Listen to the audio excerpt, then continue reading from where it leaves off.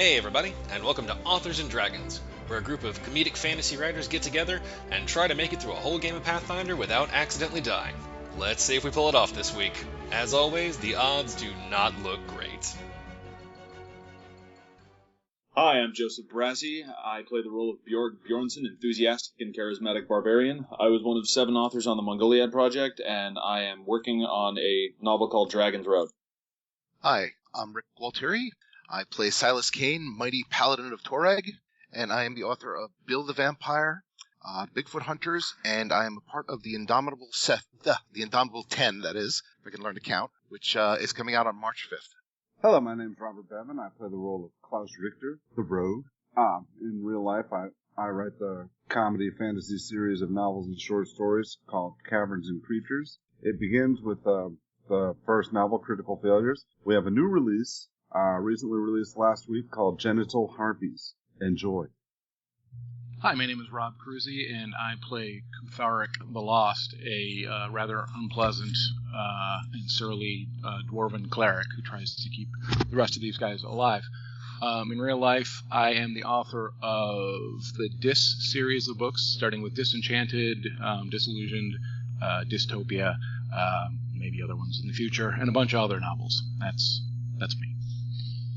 Hi there, I'm Steve Weverill. I play Brandon Firemaster, monk and frustrated exotic dancer, and in real life, I write the comedy fantasy series The Doomsayer Journeys.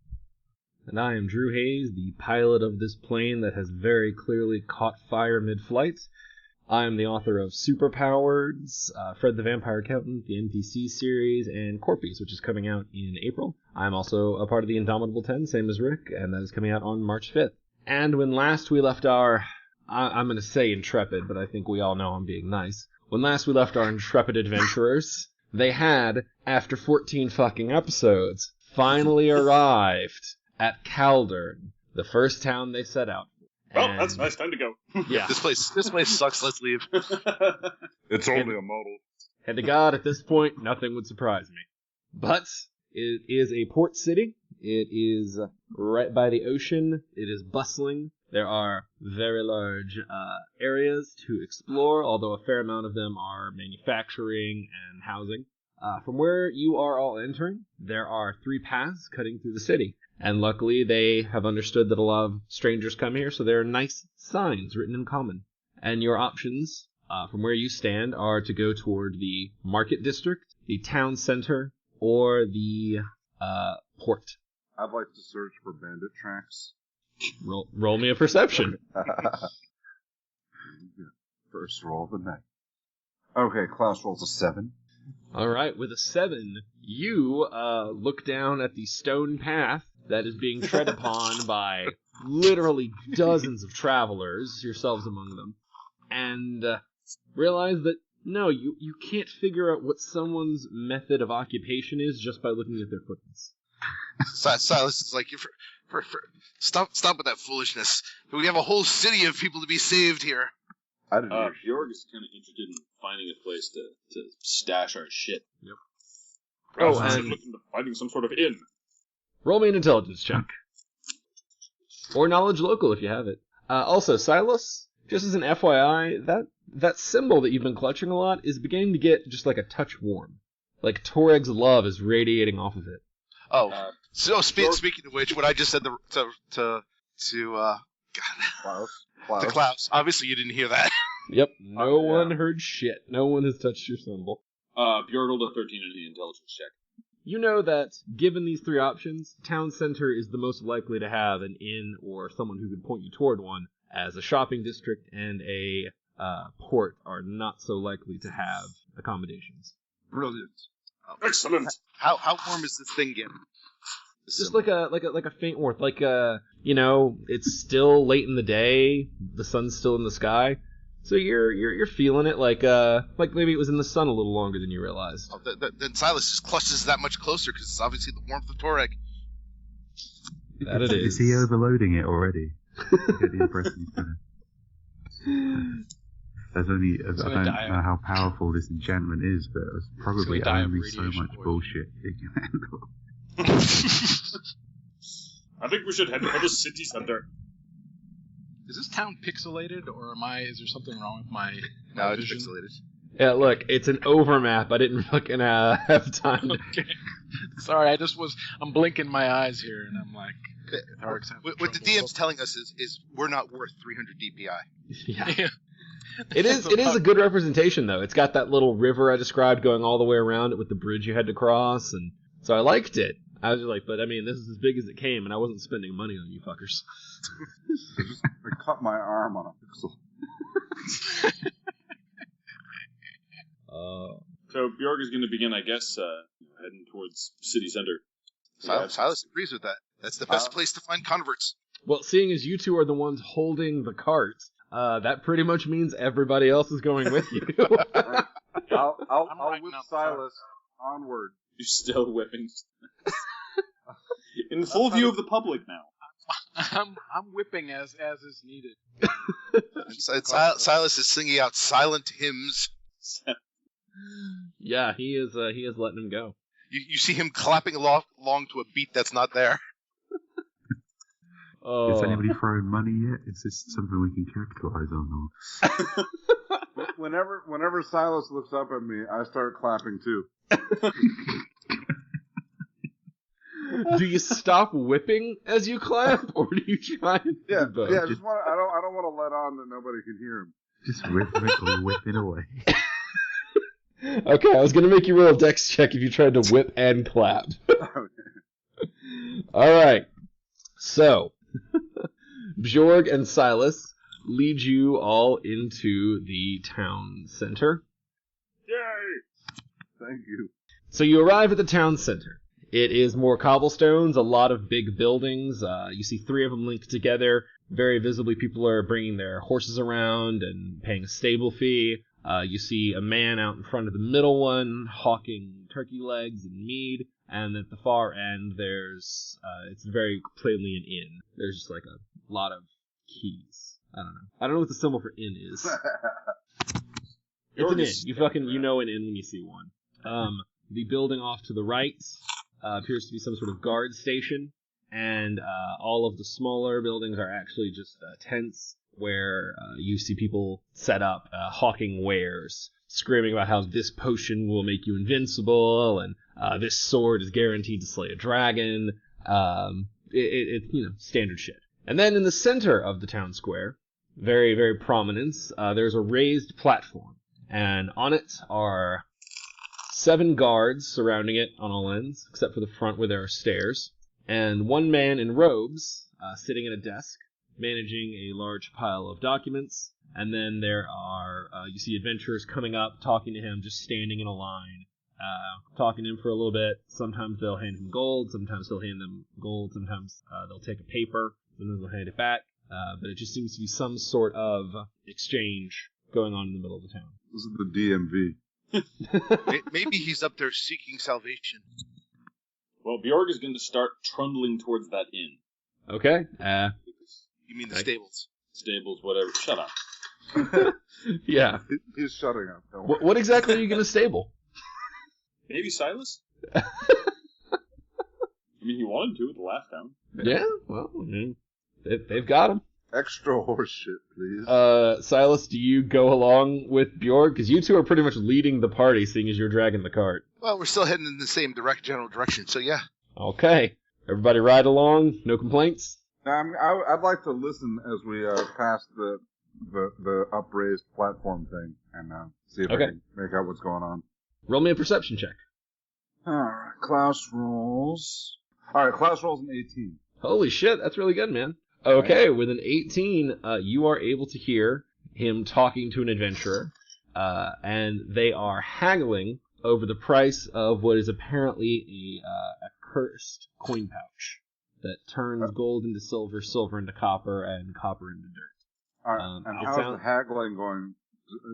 Does the person want to buy this pouch, or is he... No, he seems to be turning it... It looks like he's turning it in, but they're just quibbling over how much he should get for what he's calling the service to the city. Okay. Alright, okay, I see. You can roll me an intelligence check with a low DC. Yeah, alright, I'll do that. Alright, Klaus rolls a 13. Okay, with a 13, you remember that Calder is suffering from a influx of cursed items washing up from the sea, and more than likely there's a bounty on such things. And this man is trying to collect one. Intriguing. Do I hear what prices are being offered? He wants 10 gold for it. The man in the robes is quibbling that it is a very, very minor cursed item and wouldn't cause any wide-scale destruction, and it is worth no more than 8 gold. Oh, take that one. All right, cool. Brandon would like to point out at this point that we should unencumber ourselves of material possessions at the earliest opportunity, especially since we don't actually have any horses to pull this cart. Hey, some of us don't have material possessions either. I was counting Silas as a material possession. And you get a cut of the stuff. Yeah, I wonder if we can sell Silas's. I was about to say maybe we could sell his cursed icon, but no, that'd be a terrible idea. Yeah, it wouldn't be a terrible idea. No. Fortunately enough, when you walk in, there is some representatives from the Merchants Guild within the 3 buildings, and they are an elf, a human, and a gnome, and they all seem to huddle up and talk before every decision. And rather than making you guys RP out all of the minor bullshit on it, I'll let you pick. You can either have someone take a diplomacy roll at it to try and get the best price possible for all your shit, or you can roll a D100 and whatever you get, it's that times 10. What do you guys want to do? Does anyone have diplomacy? I like diplomacy. D100. What? Let me check. I think Bjorg might have diplomacy. Yeah, Bjorg was our spokesman last time. Yeah, it's going to be hard to get a D100 times 10 on. So 1,000 gold would be your max for all the little shit on that. Mm-hmm. Probably going to be real hard to get that with diplomacy. But on the other hand, you'll definitely get more than 10 gold, which you would get in the low end. Do you guys want me to roll diplomacy? If you role play it a little. All right. Let me see here. Wait a minute. Can we back up diplomacy with intimidation? If you role play it a little. I mean, you are gonna have to. I'll definitely want to hear the RP of it. All right. So. All the time that Bjorg is negotiating, Brandon's just sitting on top of the cart, just flexing furiously. Just like changing positions every few minutes. Klaus will juggle. All right, Kuthar. As an intimidator, just for fuck's sake. I'm just to keep him on edge. Okay, dex check from Klaus, intimidate check from Brandon Thighmaster. Brandon Thighmaster rolls a 10. Your pecs are going soft there. The body's hard, but they think you might be trying to tantalize rather than terrify. Klaus rolls a natural 1. Roll me a d20, Klaus. I'll wait until this is done before I roll my diplomacy check. Where is that? Oh, that's... Klaus rolls an 18. Good news, you were not juggling daggers. You were juggling apples that you picked up from nearby, and you slipped, and one of them cracked you right in the head, and the other 2 came bounding down also on your face, leaving you a little uncertain of yourself. Let's roll this check. That's distraction right there. It is distracting. All right, Bjorg rolls a 14 on diplomacy. Okay. So. All right. We have goods to sell. Well. Good goods. With one guy flexing, one screaming into silence, and the other dropping apples on his face, they think that maybe you're running some sort of adventure or help program for people who can't normally adventure. So they'll take that 14 and think the best of you, and they will go ahead and give you. We will say you guys got a fair amount of armor and rapiers. 500 gold to split between you. Does this include our cart and our wackety potion? Are you selling the cart? Are we selling Silas? If we sell everything else, do we need the cart? Yeah, I don't think we Fair need enough. the Okay. I say we sell the cart. We're not selling my sack, though, are we? No. I don't want my sack. Either your sack or your bag. Can I keep the whip? And the whip. They say it's 15 for the cart without the whip, 14 for the cart with the whip. 15 for the cart, with whip, Oh, 14 if you keep the whip. All right, so I'll get a stick or something. The important thing is that Klaus maintains the ability to properly abuse Silas. I don't think that was ever going to be like a super issue. All right, everybody gets 103 gold. All right. 3.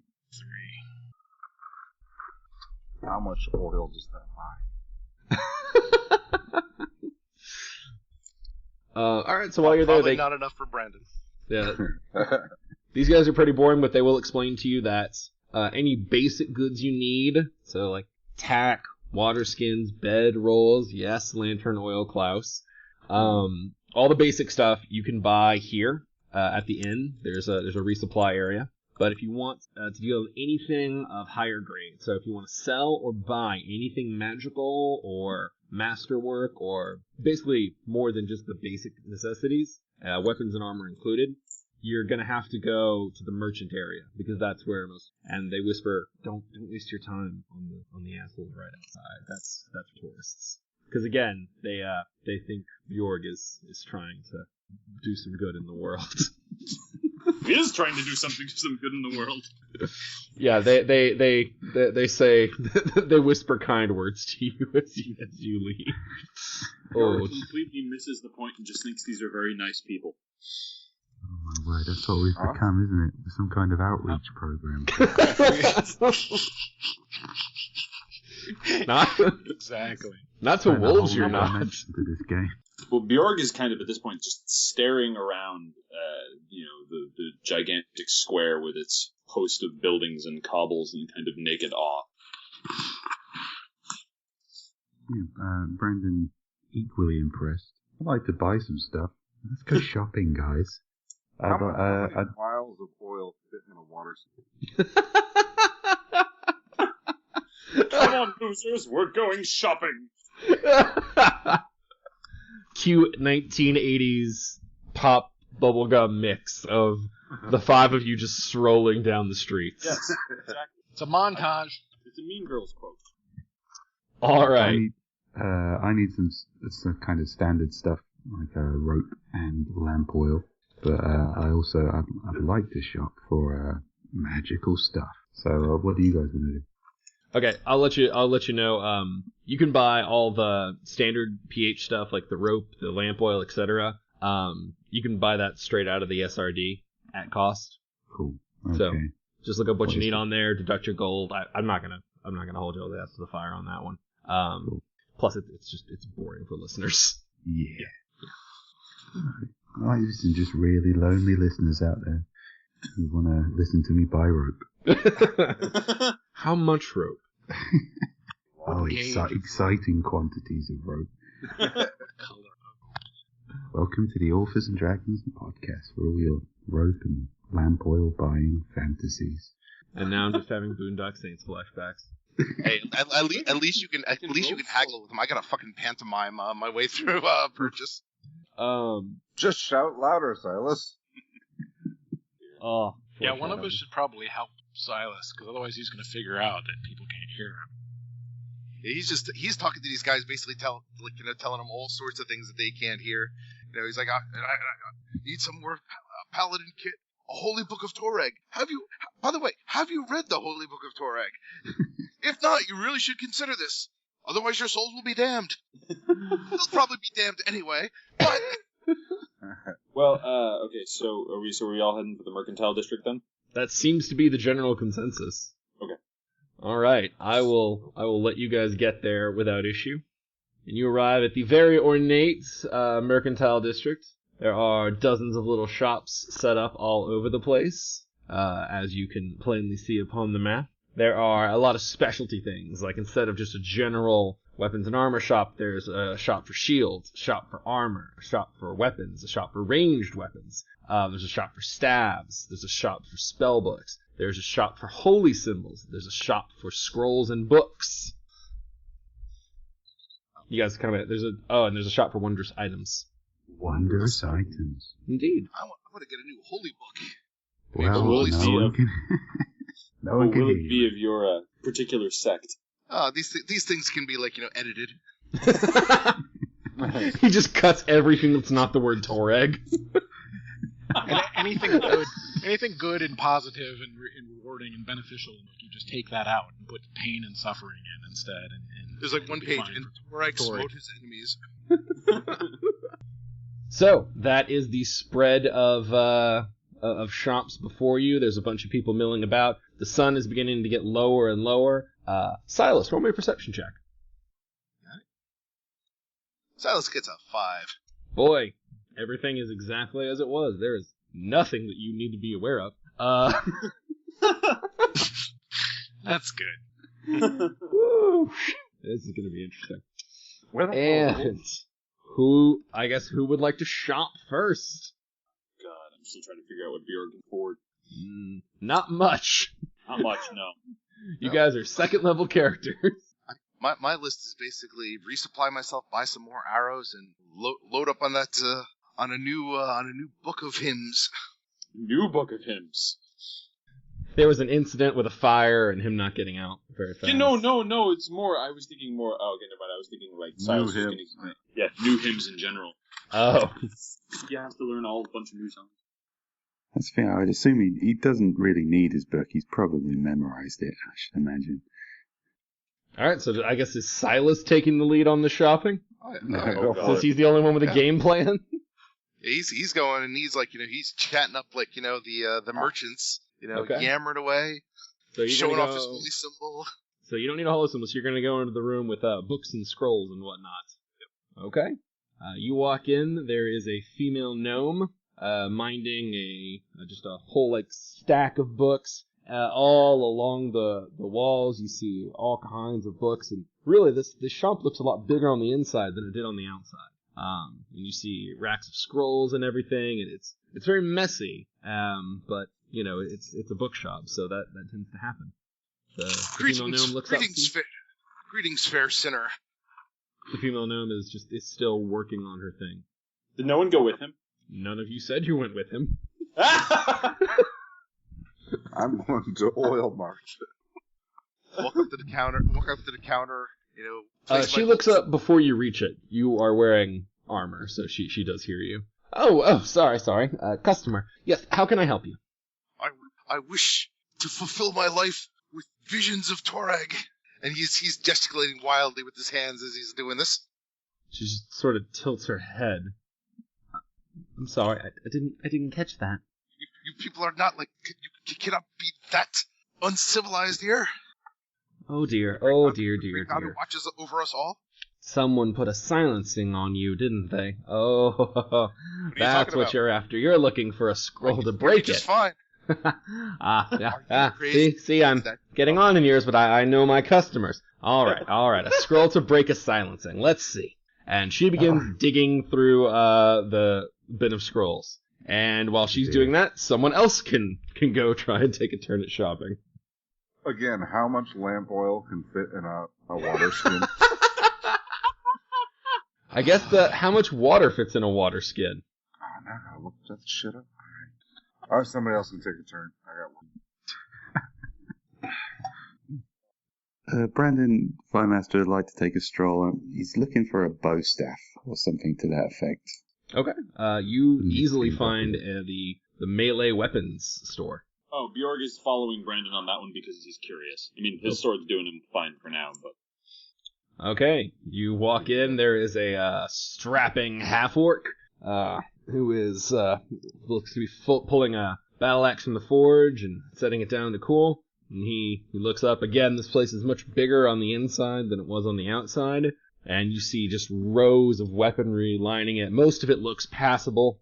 Some of it looks good. A few pieces look exceptional, although those are toward the back and you have to cross the counter to get to them. He sort of looks you both up and down. Greetings, strapping half-orc. I'm looking for something long and hard to intimidate my enemies with. I wonder if you can help me.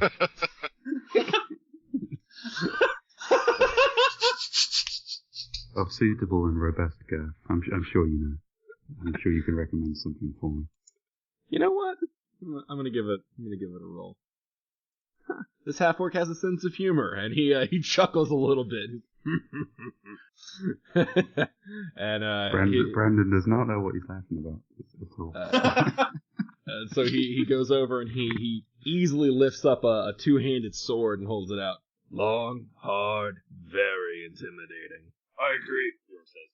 Oh, not something in my particular wheelhouse. I'm looking for monk-orientated weaponry.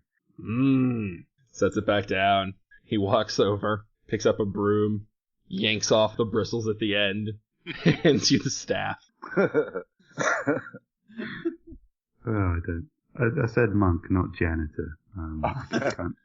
He wiggles it at you. Try. All right. I'm not sure. I mean, is Brandon Firemaster good enough he can turn a humble broom into a weapon of note? How would we even test that? Well, if you accept it from him. I'll accept it. I'll try it out. Okay.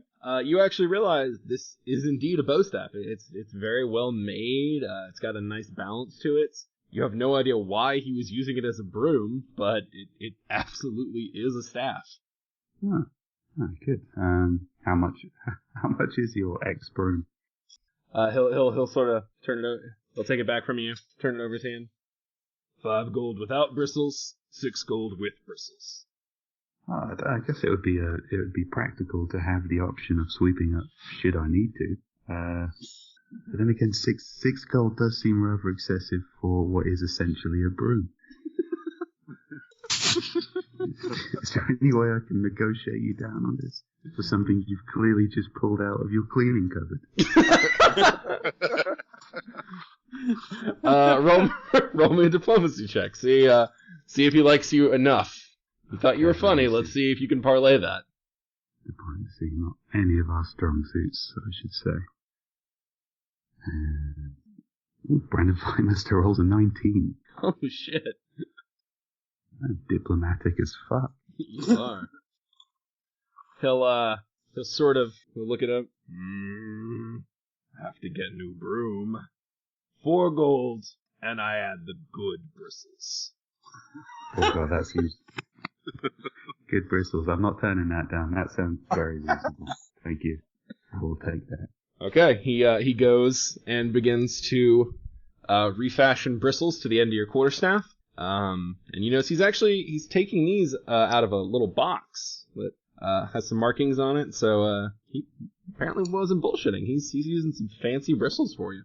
And while you two are doing that, who else would like to shop? All right, I have discovered that I think a water skin can hold 4 vials of oil. Fine by me. So I'll be buying some water skins and some oils. Okay. Well, that's all done back at the inn. What would you like to do here? Fine. I'll let somebody else have a turn. Good Thirk the Lost. What would you like to do? I think I'm going to take a look at some armor. Armor, all right. I believe Cthulhu has studded leather now, which is pretty shitty, and he's thinking he'd like to upgrade to some chainmail. Okay. You walk in to find a very, very thin human male with like sort of a choppy cut. He's a little startled. Customer, hi. You would like armor, I bet, right? That's why you're here. Yeah. He's a wizard. What do you got? I'm a little on the short side, so if you could. No. Calder's a major hub. We have the right fit for everyone. That's a motto. I don't know if that's our motto. I'm sure we can help you out. I mean, we have all sorts of armors. Are you looking for more like you have the light but flexible, or the he like looks down and checks his hand, the heavy stuff, the mails. Oh God. Is this your first day on the job? Is there someone more senior? I mean, well, I'm an apprentice. I'm learning the trade. I know the prices of things. I just tend to get the word flustered. I get flustered easily. The blacksmith is out getting more And he looks down his hand again. Metal. More metal. He's getting more metal. Right. But I can absolutely help you find whatever you're looking for. Do you have any vibranium chainmail? Okay, I gotta look at the special materials. Is that real, or are you trying to fuck with this guy? I'm trying to fuck with him. Oh, God. I don't remember all the special metals in Pathfinder, so I genuinely don't know. Vibranium? No. Oh no, is that Dwarven? Is that Oh, you guys. Oh, you always have the best stuff. Sorry. The most we have is a mithril. And yeah.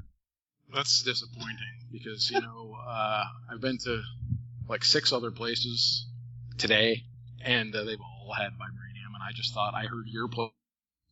I'm a little bit shocked, frankly, that you don't have the high quality material that I was told to expect from you.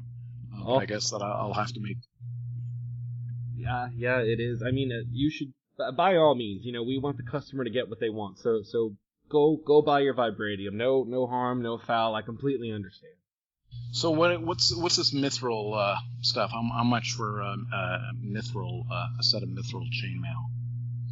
Well, it's like a steel, but lighter, a little more flowy. You can still move around real quick. It's real popular with people who like the leather. I believe we have just the shirts, the shirts, but they're still really good. Very very strong, very tough, very light, but very tough. And I think what was it? It's 1,500 gold is the price. Yeah, let me think about that. I don't know. Can I take a look at it and see if it's really fine make? Then it might be worth it for me to buy that. But I don't know if I want to just throw away 1,500 on second-rate material. Oh, of course. He reaches down and rummages a bit, and he pulls out a shirt that is very fine and very beautiful, and is bunched together at the bottom with a massive lock run through it. So it's locked, like so nobody can actually put it on. Yes. Oh, that's handy.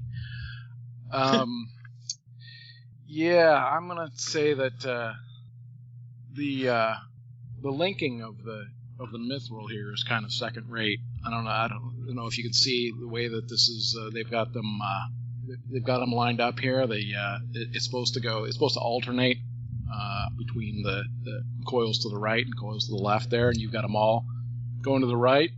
So it's not technically mithril. It's the same material, but you can't actually legally sell it as mithril. Just so you know, I mean, I don't want you to get in trouble or anything. Just so you know, I mean, that piece right there is worth maybe 300. But just I don't want to tell you your business. What do you have in a just more of a cheaper kind of a standard chainmail? If I'm not gonna get the top of the line, I'm gonna just get something a little bit more reasonable in price, I think, and then hold off for something later on. Oh, of course. And he What do you got? stows the mithril back away and locks it up, and he will pull out the chainmail. The regular chainmail is also it's a shirt, and it's also bunched together and locked at the bottom. He sets it out and he says, it's very strong. It's not as light as the mithril, but it is still, quite tough. I mean, for this piece, about 400 gold. 400. Yeah, that's that seems like a reasonable price for this grade of workmanship. It's not exactly what I'm looking at today, so I think I'm just gonna head out. Maybe I'll check back with you. Tomorrow after I've had a chance to look around a little bit more. Oh, okay. You have a nice day. So I'm gonna leave because I can't afford any of this shit. All right, Klaus, would you like to shop anywhere?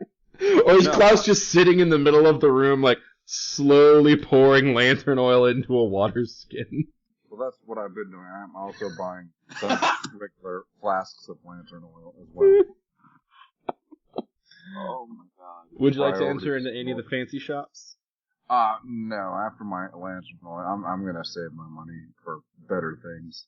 Fair enough. Then we go back to Silas, who sees the small woman, or the small female gnome, come up from under her desk, and the bin, and sets down a scroll. Says, here we are.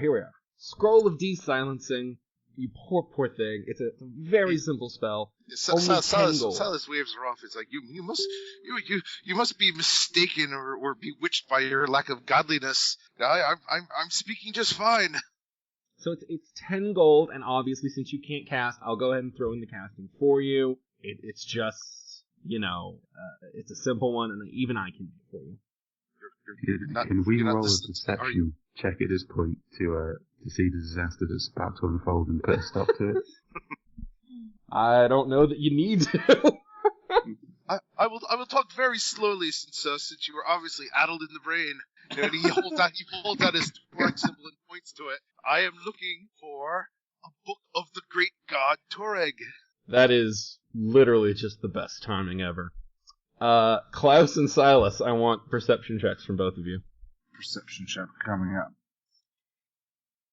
Silas gets a 3. God. Klaus gets a 19.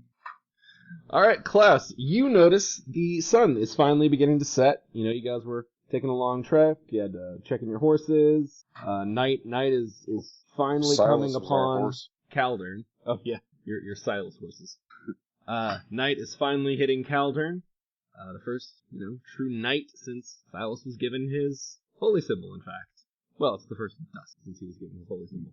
And inside, Silas, you, again, do not notice the increase in heat in your holy symbol for the third time. And this time you take 2 damage as the symbol. Thank you, Torag. As the Thank symbol you for burning me with your love. glows hot and then blows apart into magical dust. And the force of the impact on your hand. Everyone hears him scream, "No!" It's like it's ripping through the air. Oh shit, we can hear Silas again. George's gonna take the weapons rack he was currently just kind of casually perusing and say, "Damn it!" I'd like. What have you done? You can all hear that. Heads are turning toward the shop. The gnome in front of you is covering her ears and frantically flipping through stuff. Silence spell. She looks up at you. Lower your voice. I'd like I to don't understand that. I'd like to lick the tip of my finger and touch the magical dust and taste it. I would absolutely let you if you were in the room with Silas. Okay. You stayed outside pouring lantern oil into flasks or into water skins. There is only one way to fix this. Drop to your knees and pray with me. Oh God, whatever. Fine, just stop. And she goes to her knees and is just you can see the pain in her face. Of course, she's she's finally realizing how bleak and meaningless her existence has been till now. So I drop to my knees with her, grab her hand, and start screaming the praises of Torag. Within 10 seconds, she's passed out from the pain. Oh my god. Should somebody's roll an intelligence check to see what's going on here? Yeah, you can all, as long as he's screaming, there's no check. her. You can all hear it. It is tearing through. You barely, but you hear the clank of armor as what appear to be guards are suddenly converging down on the shopping area. Klaus can actually see a few of them racing toward the shop. They don't know what's going on. They just think some shit's going down. York is gonna head Do any of this- Do I see the magical dust? The dust has gone by now. Nuts. Sadly, Do any Klaus of the cannot get CDs addicted to a magical substance. The love of Torag is too much for some to handle. But don't worry, I will keep praying with you all night long if need be. I get the impression he's just still screaming this at her. Yeah. Alright. Do any of the CDs scroll at all? You guys are still in the weapons district. He's just finished putting the new bristles on your staff and taking your money. So you have your weapon and you have been billed for it. If you would like to leave the shop, Bjorg is gonna head back to. Bjorg is gonna head in the direction of the Silas noises. Damn it! So Bjorg and Brandon are leaving the shop. Guards are closing in, as Klaus can see. Kuthric is also just exiting his. And all of you can hear Silas screaming his prayers to Torag. And it's starting to give you guys a headache, and you are separated by several walls. At this point, Brandon starts kind of sweeping and whistling, kind of surreptitiously. Klaus would like to get to a good vantage point and watch Silas interact with the guards while eating an apple. Bjorg, meanwhile, is going to actually head towards the store and go, Silas, what are you doing? Are you gonna race there, or are you gonna walk there? Because if you race there, you can beat the guards. If you walk there, they're gonna get to you first. Okay, yeah, Bjorg is gonna race there. He's gonna actually try to help his party mate out. God help me, I'm gonna walk. Too. Katharic's gonna walk. Stroll over there. Alright, so it's Bjorg, then guards. I'm going to move to the location, sweeping as I go, so as not to attract attention. Then Brandon the sweeper and Kuthric the Lost. And Klaus is just sitting on a bench eating an apple. And watching. Watching the whole shit show. Alright, Silas, as you are praying to Torag in your normal loud voice, but which sounds perfectly normal to your ears, you see Bjorg race in the door. Silas, you've panicked the guards. Praise be this woman. She's been invested by the spirit. Bjorg, you now notice that he's holding the hand of a woman who is a female gnome woman who is very clearly unconscious and seems to have some blood trickling out of her ears. Okay, is there any way... Damn it. Silas, I think you should quiet down the volume of your voice. I think your loudness is hurting her. Loudness? Yes, you're being very loud. I don't know. I've never met gnomes before. Is blood coming out of their ears a normal thing? Yes! Says Klaus. When one first, sees the light, all things are possible. Perhaps it is the sin escaping her body. And that is as much as you guys can get off before the guards come bursting in the door and take a look at the scene. Bjorg, you are standing there talking down to Silas, who is on his knees, still thundering through the room with his voice, holding the arm of a very passed-out shopkeeper with blood coming out of the ears. The first guard in is going to survey the situation once, draw his sword, point it at Silas, and say, "Release the citizen." Silas, I think you should let go of her hand. Oh, Silas, fine with it. He drops her hands and stands up and says, it's perfectly fine. She's been saved. Sir, we're going to ask you to stop screaming. I'm not screaming. I'm talking. Everyone can still hear it, since y'all are close enough, but it's no longer ripping through the walls. But Silas's voice is still very much magically amplified. Okay, is there any way, do any of us see that scroll at all that the gnome had out ready for him? No. You just see, a bunch of knocked over shit on the desk, books and scrolls scattered about, guards blocking the entryway as they try and talk Silas down, and also, might I add, that was a scroll of a silence breaking. Pretty much the opposite of what you're looking for right now. Just clutching at straws down, man, really, to be honest. I'd like to approach now. You come up behind the guards, and with the three of you there, they take notice, and two of them turn around to face you, hands on their swords. Hey, you need to back up. We're handling the situation right now. I think I know what happened here. Uh-oh. Sir, I've asked you to stop screaming. I'm not screaming. I'm talking reasonably. If I sound loud, it is only because my faith is so strong. Somebody come Oh, God. I came into this store looking for a prayer book to the great god Torag. Praise Torag! Oh, everybody winces when he says praise Torag. He this definitely goes woman up in volume. This woman started speaking gibberish at me. So what I think happened is she was possessed. And I saved her. You just know he's getting louder and louder at this point. Yeah, the guard is like looking at you, looking at her.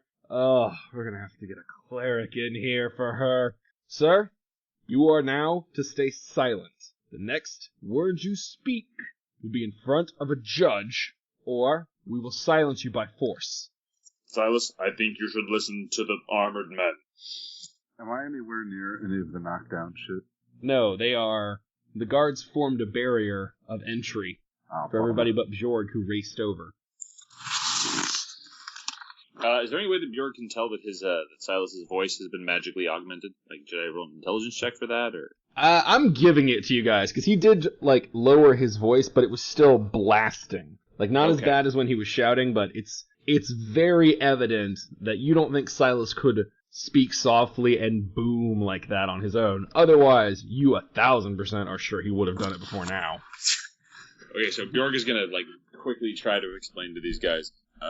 Is there any sign of the... Can he deduce, more or less what has transpired with the symbol blowing up and everything, or... That you'll need an intelligence check for. Okay, let me just do that, because it's always funny when Bjorg tries to be smart. Oh, God, Bjorg rolled a natural 1. Oh, shit. Bjorg? Yes. Torag gave Silas a louder voice. He wants the message spread. I think that my paladin friend may actually be correct. I think that his god gave him a louder voice because he wants the message spread. I don't know why, but that seems self-evident to me. Be that as it may. Opens his mouth like out of comment. Bjorg's literally just gonna put his hand over Silas's mouth. Why? Why am I the voice of reason here? Why? God or not, we do not take kindly to people attacking our shopkeepers, or causing a scene in the middle of the merchant district. Serving them! I would like to offer my services at this point as a cleric to assist assuming that I'm aware of what's going on inside there, because I arrived a little bit late. And Brandon would like to offer his service as a janitor and clean up the mess that has been spilled. With his broom. Klaus would like to assist. A roving band of clerics and janitors. Nice. And who all are you? These are our companions. I don't. Oh, so you know the screaming man of Torag. I've never seen this man in my life. I'm not claiming any kinship with any of these guys. I'm a cleric who happened to hear screaming and decided I wanted to help. Roll me a bluff. Shit. Jorg already kind of blew your cover, so I should never bluff. Don't bluff. Never bluff. All right, hang on. I love that Bjorg's natural 1 is actually a 0. That is one of my favorite things. Bjorg's intelligence 0. too real. Okay, bluff. I'm bluffing. Oops, the wrong thing. Damn it. Hang on. Tharic is bluffing. It's a 16. He kind of squints at you. So you're not with these men. That is correct. All right, then we need you to clear out of the area. Well, I was hoping that I could assist the. We have people for that. Thank you. Please clear out of the area. Oh, you have people. Oh, okay. Well, in that case, I'll just let you Is he saying deal with dwarves? it. Is he saying dwarves are people? Are you? Yeah. What's up with the people comment? Am I not people to you? You are a stranger, and I'm not letting you into this merchant's shop unattended. She will be taken to a kingdom healer of Calder, where she can be properly treated. Does this shop have Bjorg windows? is kind of looking at Tharic very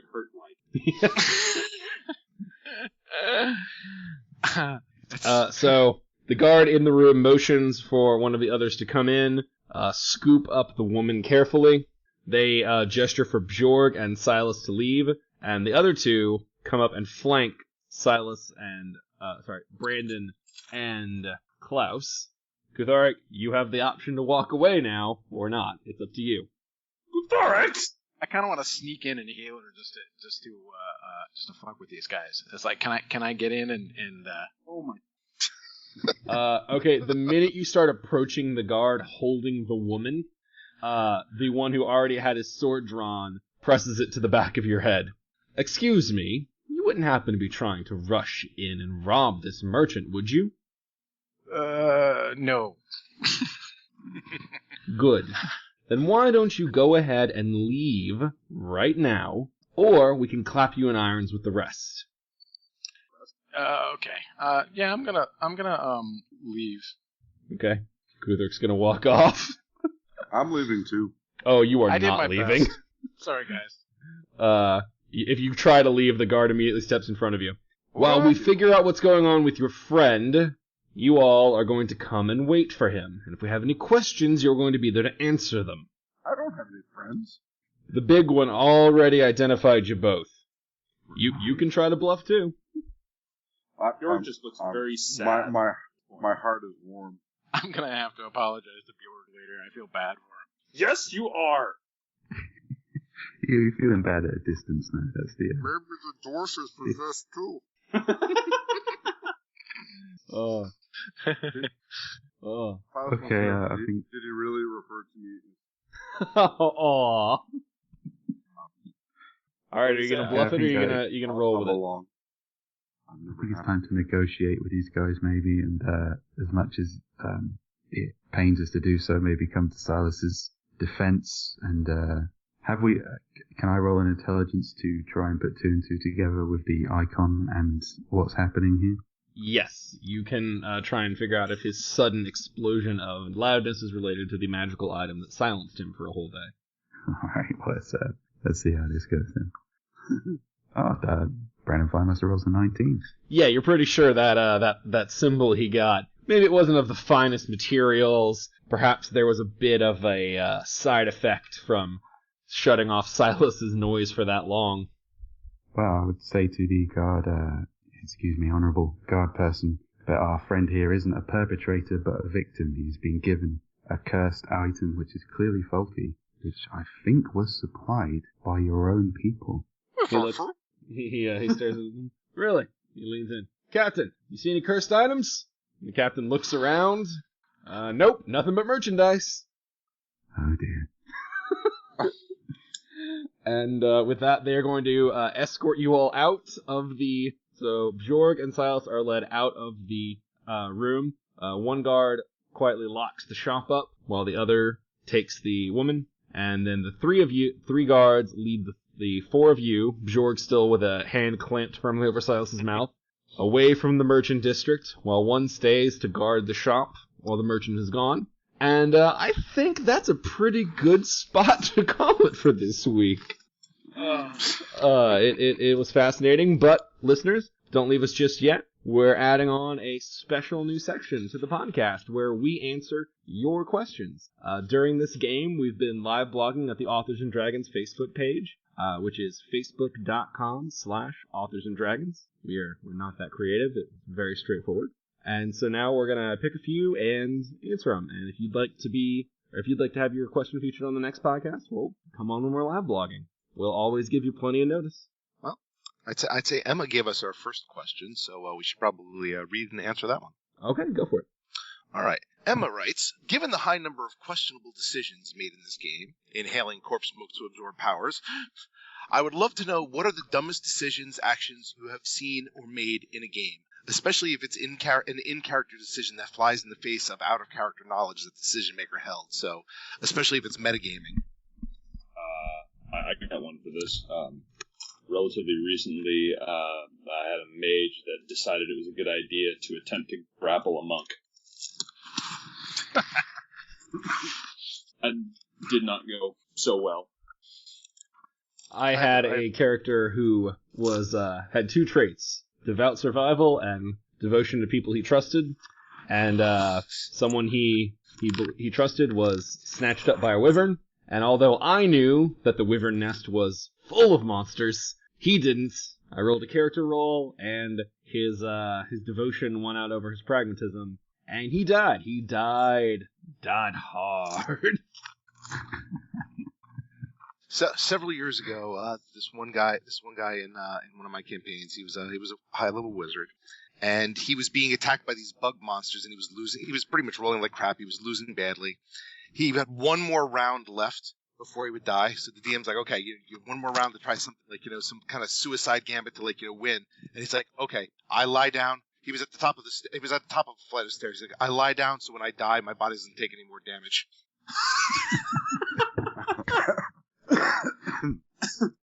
All right, what's our next question?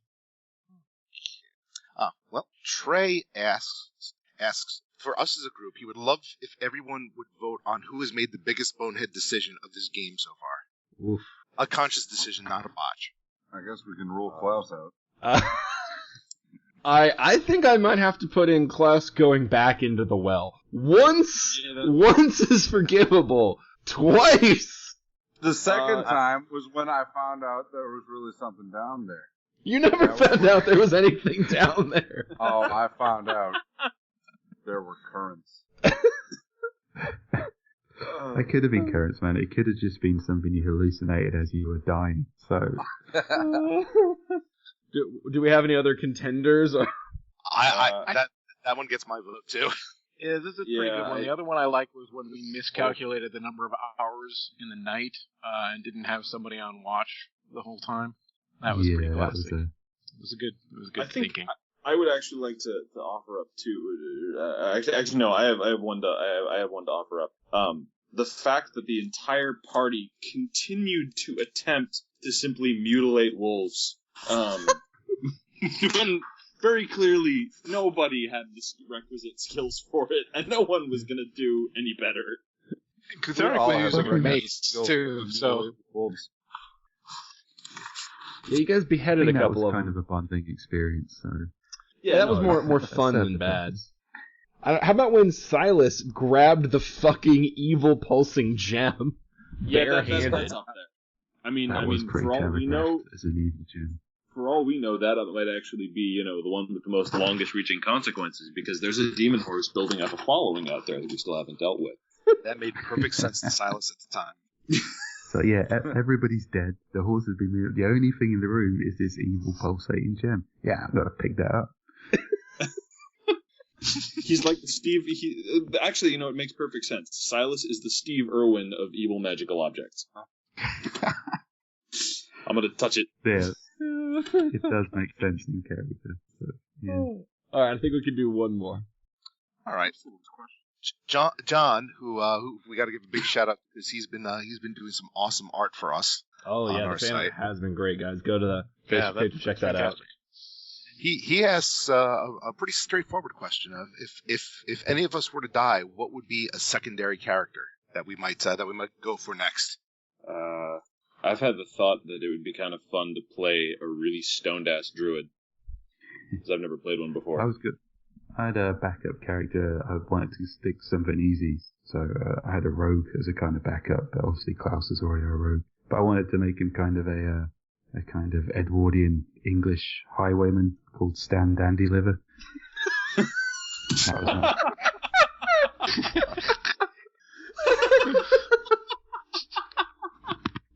So he's my backup. You're lucky I like Brandon so much, or that would tempt me to kill you.